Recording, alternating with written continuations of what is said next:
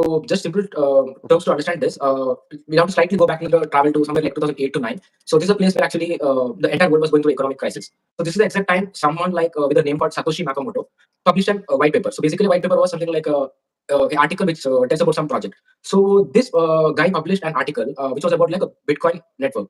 So basically, this Bitcoin network was based on technology called blockchain technology, which basically uses cryptography within it. And so this article was proposing is something new in financial system where people could send money to one person to another without intervention of any third party. So what I'm saying in the today's world, when I'm, let's say I'm sending some like 1,000 rupees to you, actually it's not a direct transfer. Basically, there's a bank in between who is actually controlling it. So Yes, yes. the thing is, the Right. bank can actually control my Yeah. transaction limits. Even the bank can even block me also, so that I cannot access any bank facilities. Yeah. Yes, So yes. basically, you will see somewhere like Hmm. a monopoly or somewhere you can see that banks are actually controlling people's how they Yes. transact. And like definitely, demonetization is also one of the example where Hmm. it happened, right? So, but yeah, this goes back way before Yes, yes, demonetization, yes. where economic crisis happened. So definitely, and also one more thing, the bigger problem here also was indefinite printing of money. So I think so. Those who don't know, like a lot of people, I think in the U.S. government, since the last few years have been printing money. And Yes, basically, yes. we would think like printing indefinite money like make us more rich, which is actually wrong. But actually, it will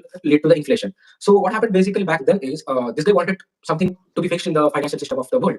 So this article basically was telling one person could send money to another person without the intervention of any third person. So basically, what what's happening is, so when I send some money to you, so this transaction with person A is sending to person B, this will be recorded Yes, in a yes. ledger. So that was a digital ledger, and the specialty of this digital ledger was Okay. this the whatever the Hmm. transaction written on it, right? It cannot be changed in the future. Second thing, Yeah. the transaction what was written, Okay. it will be anonymous. So it will be people will never know that Akshay had sent to you. Never, nobody. But only the thing is, it will be known like the from wallet A, some money has been transferred to wallet B. So it was like basically giving privacy as well, Okay. and also security. Hmm. So the blockchain technology, so I'll not directly get into very deep, but basically I can say is like this technology is based on cryptography. And so what can I say is like Hmm. basically this technology ensure that the transactions were secure, so nobody else would be able to Yes. have this or like cause any problems over these transactions. And I think few more things to add over here is. I think like, this will be a little bit technical, but still I want to just emphasize on it. So basically, the transactions I'm Yeah. sending you, right? Please, Right please. now, I have sent one transaction to you. Similarly, there are multiple transactions that will be sent like different people. Person C to D, D to B, B to C, Z, something like that. So what happens is there are a bundle of transactions, right? So all of these transactions are bundled together, and Hmm. they are considered as a block, and that will be added into the digital ledger. Hmm. After that, there will be next amount of transaction. You're able to hear me, right?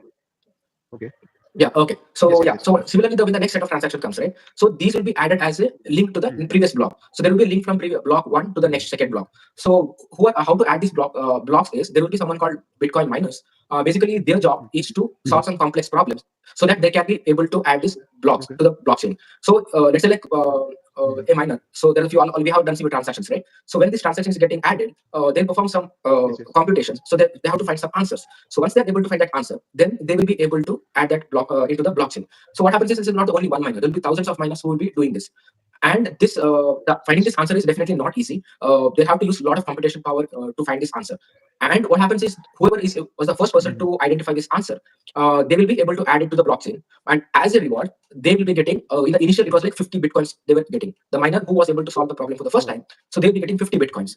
So if you would ask me Hmm. like why would anyone perform so much computation, use so much computation power? Basically, you have to use a lot of electricity for this. Why would someone use this? So basically, the answer is the reward. So it was actually giving 50 bitcoin back then, and Yes, it yes. has been reducing after that, like after Hmm. 4 years. Okay. But right now, if you just go and Oh. check the Bitcoin's price and multiply by 50 Bitcoin, just have to buy one Yes. block, then you're already a millionaire or probably a billionaire as well. So that was the concept back then when it started. Yes, yes, yes. And definitely, I mean, people would not Hmm. expected something like it will reach like today's like $100K or something like that. But back then, definitely, a lot of people who are into Yeah. definitely like geeks or was like very much into technology, right?